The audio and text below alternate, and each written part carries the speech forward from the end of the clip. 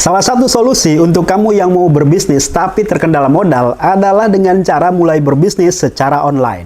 Bisnis online itu banyak pilihannya, di antaranya dengan cara menjadi reseller atau dropshipper. Menjadi reseller atau dropshipper bisa dimulai tanpa modal. Kalaupun harus mengeluarkan modal, modalnya tidak banyak. Paling hanya untuk kebutuhan membeli kuota internet dan sampel produk. Bisnis online tidak memerlukan biaya sewa tempat, yang biaya tersebut cukup memberatkan bagi para pebisnis pemula. Kamu bisa mulai berbisnis dari rumah saja. Di video ini saya sebenarnya tidak ingin membahas soal jenis bisnis online yang bisa kamu lakukan. Tapi saya akan memberikan tips yang harus kamu lakukan sebelum kamu memulai bisnis online. Ada 4 poin. Keempat poin tersebut penting dilakukan supaya kamu bisa lancar dan sukses dalam berbisnis.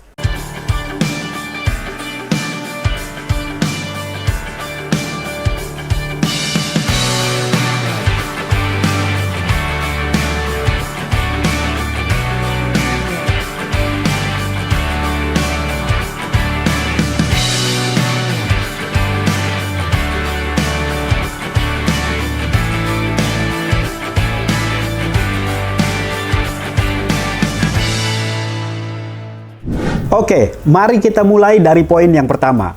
Meminta dukungan penuh dari keluarga. Keluarga menjadi bagian terpenting sebelum memulai usaha atau bisnis. Apalagi jika kamu terbilang baru dalam berbisnis. Keluarga bisa menjadi bagian dari suksesnya bisnis kamu. Jangan sungkan untuk meminta dukungan penuh dari keluarga. Orang tua, saudara, istri, bahkan anak-anak.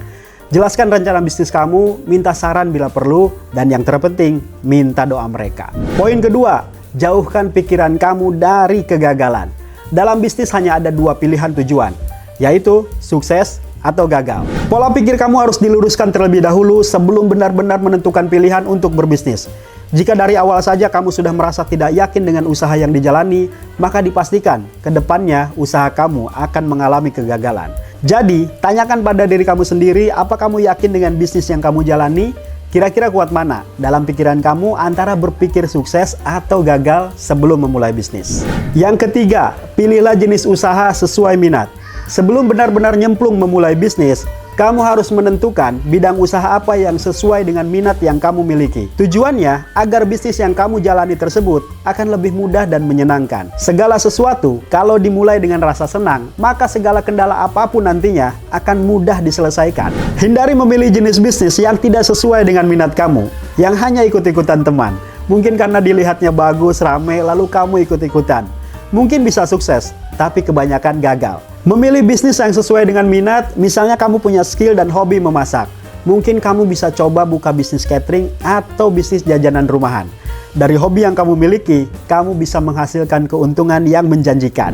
Yang terakhir, poin keempat, tentukan waktu untuk memulai bisnis. Untuk memulai bisnis pertama kamu, jangan menentukan waktu secara asal-asalan. Karena memulai bisnis bukan perkara main-main. Jangan juga terburu-buru, karena memulai bisnis memerlukan perhitungan yang tepat. Salah sedikit saja, kamu bisa mengalami kerugian. Misalnya, saat mendekati bulan suci Ramadan, bisnis yang paling tepat adalah berjualan busana muslim atau kue-kue lebaran.